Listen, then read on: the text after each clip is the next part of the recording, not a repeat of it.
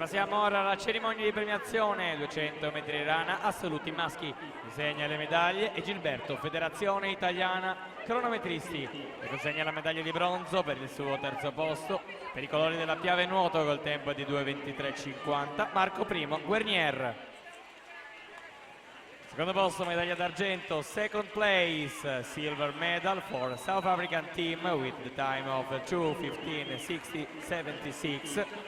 Ayrton Sweeney. Posto medaglia d'oro, first place gold medal for Cercle de Nager de Marseille with the time of 2:14:13, Jean Duncas.